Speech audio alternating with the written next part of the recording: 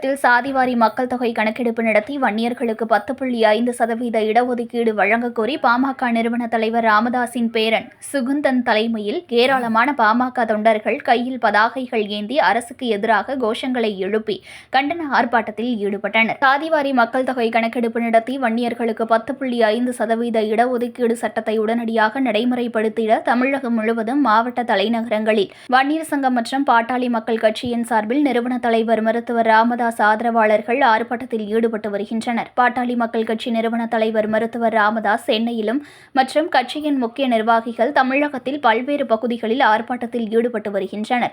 இந்நிலையில் விழுப்புரம் புதிய பேருந்து நிலையம் அருகே உள்ள நகராட்சி திடலில் பாட்டாளி மக்கள் கட்சியின் நிறுவன தலைவர் ராமதாஸின் பேரனும் அவரது ஆதரவாளராக உள்ள பாமக மாநில செயற்குழு உறுப்பினர் சுகுந்தன் மற்றும் மாவட்ட செயலாளர் புகழேந்தி மற்றும் ஒன்றிய செயலாளர் கோவிந்தவேலு, மாவட்ட அமைப்பு செயலாளர் திரு தலைமையில் ஆர்ப்பாட்டம் நடைபெற்றது. இதில் பாட்டாளி மக்கள் கட்சியின் நிறுவன தலைவர் ராமதாஸின் ஆதரவாளர்கள் 1000க்கும் மேற்பட்டோர் கலந்து கொண்டு வன்னியர்களை வஞ்சிக்காதே, வன்னியர்களுக்கு 10.5% இடஒதுக்கீடு வழங்கிடு, உரிமைகளை பெறும் வரை ஓயமாட்டோம் உள்ளிட்ட வாசகங்கள் அடங்கிய பதாகைகளை கைகளில் ஏந்தி கொண்டு கண்டன கோஷங்கள் எழுப்பி ஆர்ப்பாட்டத்தில் ஈடுபட்டனர்.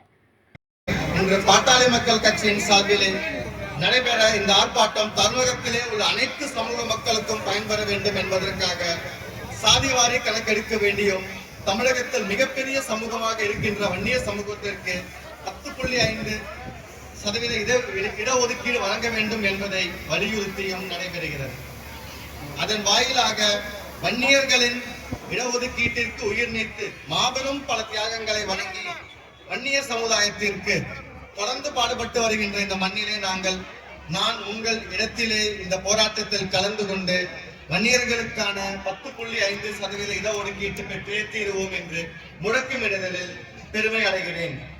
சாதிவாரி கணக்கெடுப்பு நடத்த வேண்டும் என்பதில் மருத்துவர் ஐயா அவர்கள் குரல் முதல் குரலாக ஒலித்து அது இன்று சமூக நீதி நிலைநாட்ட இந்தியா முழுவதும் ஒரு மிகப்பெரிய தாக்கத்தை ஏற்படுத்தி மத்திய அரசின் உணவுக்கிணங்க பல மாநில அரசுகள் சாதிவாரி கணக்கெடுப்பு நடத்துவதற்காக சட்டம் இயற்றி சாதிவாரி கணக்கெடுப்பை நடத்தியும் வருகின்றனர்.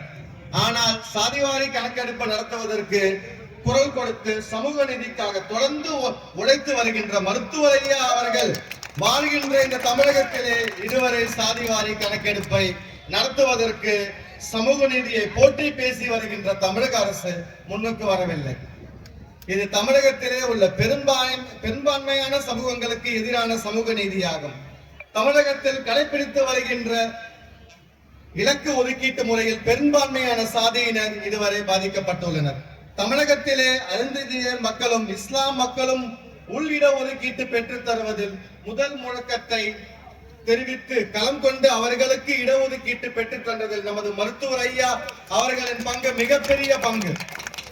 ஆனால் வன்னிய சமூகமான மிகப்பெரிய சமூகத்திற்கு உள்ளிடஒதுக்கீட்டு தருவதில் தற்போது அரசு முறையான சட்ட விதிமுறைகளை பின்பற்ற காலம் தாழ்த்தி வருகிறது. முன்பின்பு தமிழக அரசு வன்னியர்களுக்கு கொடுத்த 10.5% அபகரிக்கும் நோக்கத்தில் சிலர் செய்த செயலுக்கு எதிரான ஆவணங்களை முறையாக தயார் செய்யாமல் வன்னியர்களுக்கு உரிய 10.5% அளிப்பதற்கு தமிழக அரசு தயங்குகிறது. ஏன்?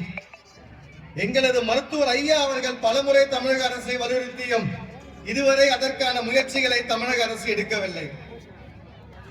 எச்சரிக்கையாகத்தான் மருத்துவர் ஐயா அவர்கள் இந்த போராட்டத்தை அறிவித்துள்ளார். இந்த போராட்டத்தை தொடர்ந்து தமிழக அரசு உடனடியாக வன்னியர்களுக்கான 10.5% இடஒதுக்கீட்டை வழங்கிட வேண்டும். அது மட்டுமின்றி தமிழகம் முழுவதும் உடனடியாக சாதிவாரி கணக்கெடுப்பை நடத்தி தமிழகத்தில் உள்ள அனைத்து பெரும்பான்மையான சாதிகளுக்கும் தமிழர்களின் மக்கள் தொகைக்கும் ஏற்ப இடஒதுக்கீடை வழங்கிட வேண்டும். இது அந்தந்த சாதிக்கான உரிமையாகும். மருத்துவர் ஐயா அவர்கள் வன்னியர்களின் பெரும்பான்மையான ஆதரவை பெற்று திகழ்கின்ற ஒரு தலைவர் மட்டுமின்றி தமிழகத்தில் உள்ள அனைத்து சாதி மக்களுக்கும் உரிமைக்காகவும் அவர்களின் இந்த தமிழக அரசு வன்னியர்களுக்கும் பிற சாதியினருக்கும் சாதிவாரி அடிப்படையில் இடஒதுக்கீடு தருவதற்கு வழிவகை செய்ய வேண்டும். அதற்கு முன்பாக இடைக்காலத்தில் வன்னியர்களுக்கு 10.5 இடஒதுக்கீட்டை தர வேண்டும் என்று இந்த ஆர்ப்பாட்டத்தில் கலந்து கொண்டு மருத்துவர் ஐயா அவர்களின் கரங்களை வலுப்படுத்தி